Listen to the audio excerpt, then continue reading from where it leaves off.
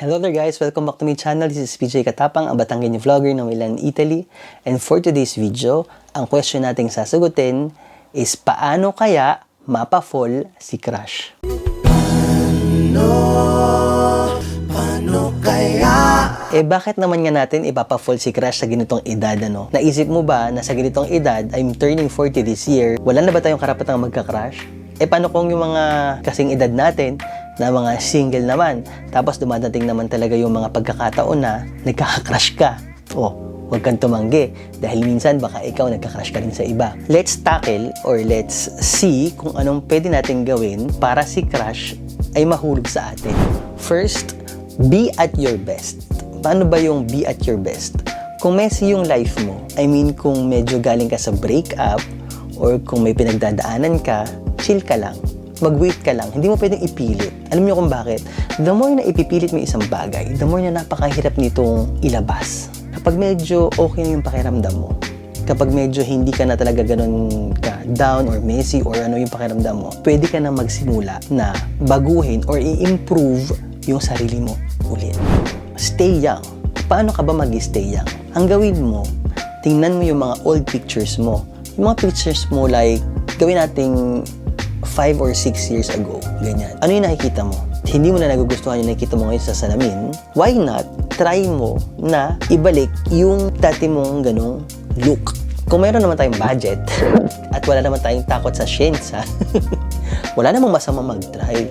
Alam nyo guys, ako yung ano ko dyan, yung take ko dyan, kung yan ang magpapasaya sa'yo at kung kaya mo, afford mo, wala ka na agarabyado, go, gaganda ka, it will bring you confidence, push. You can also enroll yourself to the gym, magbalik anindog program ka, gumamit ka ng mga beauty regimen, kung ano-ano, gawin mo yung lahat ng makakaya mo to look good. Sa mga ganyan mga crush, unang-una, hindi pa tayo magkakakilala. Magandang mag-iwan ng magandang first impression. Dapat stand out ka. So, dapat may itsura tayo at medyo fresh tayo at medyo young looking tayo dahil hindi na nga tayo young. Di ba? You can also change the way you dress. So, why not parang bumili tayo ng mga bagay na yung mga clothes na medyo maganda naman tayo sa paningin ng mga tao kapag suot natin, di ba? Hindi lang syempre sa damit. Mas maganda, palagi kang mabango. I'm not saying na kailangan mong bumili ng mga haling pabango kasi look, ang pabango ko, kung nakita nyo yung aking vlog, it's ebony wood at napakamura lang sa Zara. Promise. So, next is be confident. Paano ba maging confident? Laging manggagaling tong confidence na to sa mga una kong sinabi. Kasi yung mga bagay na yun yung magbibigay sa iyo ng confidence. Siyempre kapag medyo young looking ka na, medyo pogi ka or maganda ka, or matangos na yung ilong mo. Kasi yung confidence, it shows paglalakad mo. Kasi yung physical attributes, given na yun, nasa yun na. Pero syempre, the way you talk, the way you walk, the way you handle situations, ayan, dapat confident ka. Dun makikita yung confidence. Hindi dun sa, alam mo yung may confidence na mayabang, malakas ang arrive, ganyan. Hindi dun. Wala dun yung confidence na tinatawag. So, bakit ba natin sabi na kailangan natin maging confident? Dahil ang number 3, the art of flirting. Para sa the art of flirting, ready ka. Okay, so sa the art of flirting, unang-una dyan, eye contact. Titigan. Makipagtitigan. Actually, this is really the first way of flirting na hindi ka nagsasalita. At parang, alam yung atake, parang swabe lang. Siyempre, hindi ko naman ilalabas yung sarili ko, di ba? Naalala ko yung mga times na I flirted na yun, with the titigan lang. Di ba? Parang hindi naman kayo nag-uusap. Pero parang nagkakaintindihan na kayo somehow. And may mga sulyap kasi na iba. Pero it also takes confidence, ha? Kasi nga, syempre, alam nyo yung mata natin kasi, very expressive yan. Ngayon kung nahihiya ka, medyo, alam nyo yun, yung iba din yung mata natin. At pag confident ka na mag-conquer ng isang tao, iba din. Yung pakikipagtitigan, yan yung way to show that you are interested. Malalaki ka man or mababae ka man, pwede ka naman tumitig. So, yung sunod is initiate. Di ba? Yung sunod is initiate. Ngayon, kung wala kang confidence, paano ka mag-i-initiate? At saka, paano ba mag-i-initiate? Kung lalaki ka, You can either say hi or you can say, alam mo yun, marami kasi mga ano ngayon eh. May mga pick-up lines pa.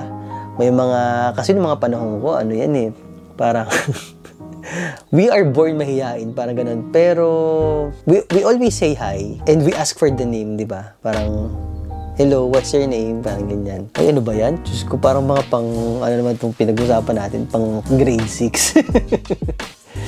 Anyway, ayun nga, you can ask and you have to initiate. Tapos ngayon na, yung mga babae, hindi naman ibig sabihin na babae kayo, hindi kayo pwede mag-initiate. Oy, ngayon, iba na ang panahon. Yung panahon ko nga, nung bata ako, yung mga babae, they initiate na eh.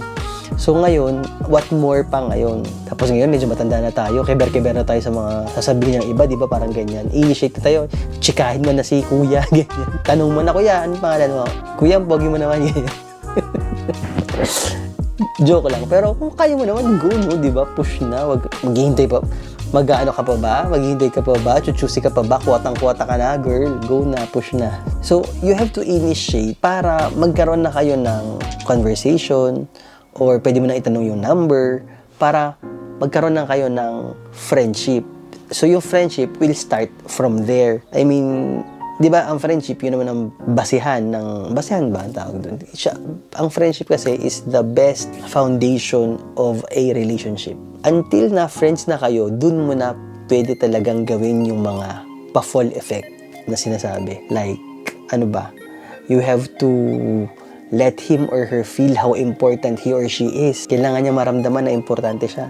Kailangan niya maramdaman na concern ka. Tinatanong mo kung kumain ka na ba, nagpahinga ka ba, nakatulog ka ba ng maganda, na maayos. Let her or him feel special na hindi mo ginagawa sa iba pero sa kanya, ginagawa mo. Kung lalaki ka naman, syempre, alamin mo kung ano yung mga magpapakilig sa kanya. Like, if she wants flowers, then give her flowers. If she wants, hindi ibig sabihin na you have to give her gifts. Eh, dapat yung mga mahal na gifts ang ibibigay mo.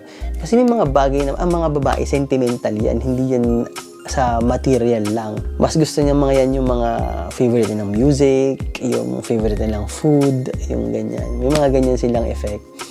It's not necessarily yung mga sobrang mahal na mga gamit na mga gusto nila. Ano yung gusto sa mga lalaki? Yung finifeed niyo yung ego nila.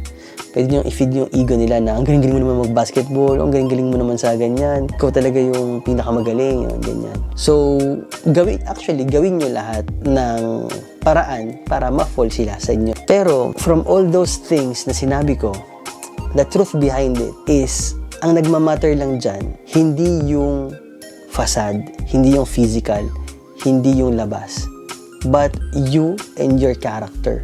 So, ibig sabihin, yung tao sa loob, yung, anong tao ba? Yourself, your being, yung being sa loob mo. It all boils down to, mabuting tao ka ba? Mapapagkatiwalaan ka ba? May takot ka ba sa Diyos? Or kung hindi ka man religious, may takot ka ba sa batas? Marunong ka bang makitungo? Maayos ka bang makitungo sa ibang tao? Yung mga ganyang bagay naman talaga ang magpapa-fall kay crush. Besides dun sa mga sinabi kong physical attributes. Pero kung dumating ang point na ginawa mo na to lahat, PJ, walang nangyari. Hindi pa rin siya na-fall. Huwag ka nang malungkot. I assure you na hindi siya na-fall dahil may dadating sa'yo na para sa'yo. May dadating sa'yo na someone better na magpapaligaya sa'yo. Yun lang po, and sana nagustuhan nyo ang ating video for today. Kahit ang hirap-hirap nitong i-shoot. Sana may napulot kayong konting aral. Thank you, and see you on my next vlog, guys. Ciao!